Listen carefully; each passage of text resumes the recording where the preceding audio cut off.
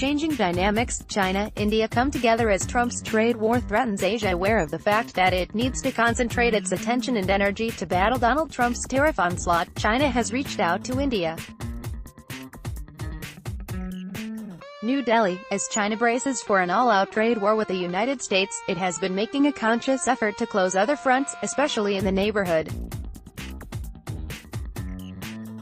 The Wuhan informal summit between Prime Minister Narendra Modi and Chinese President Xi Jinping was the initiation of this move in the earnest. Aware of the fact that it needed to concentrate its attention and energy to battle Donald Trump's tariff onslaught, China reached out to India. Soon, the country resumed sharing hydrological data on the Brahmaputra, which was stopped abruptly last year.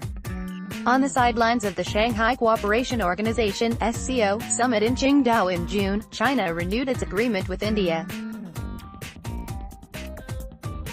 It also agreed to allow the import of non-basmati rice from India. India too seems to be thawing towards its neighbor. Sources have told News 18 that India and China will hold a maritime dialogue soon. Though this is the second such dialogue between the two Asian giants, it is significant as it comes after a gap of 2 years. More importantly, it is a result of renewed efforts in November last year to revive the Quad between India, US, Japan and Australia on the sidelines of the East Asia Summit in Manila.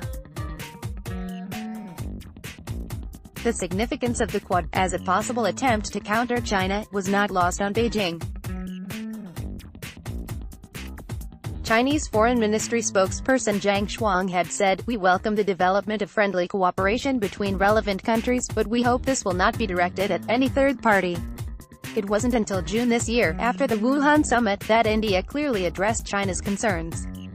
While talking about the Indo-Pacific region during the keynote address at the Security Forum, Shangri-La Dialogue, Modi said, "It is normal to have partnerships on the basis of shared values and interests.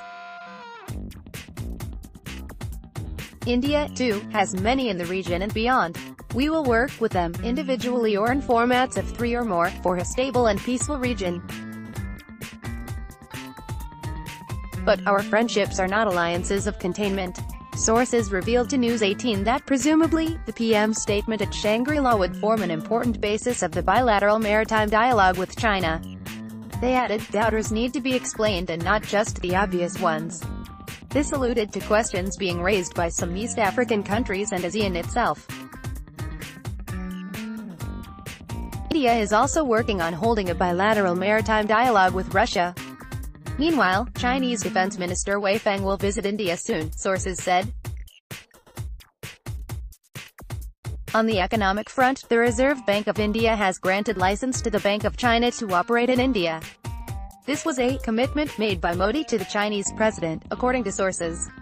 Bank of China is one of the few state-owned commercial banks in China. In another such move, Air India decided to rename Taiwan as Chinese Taipei on its website.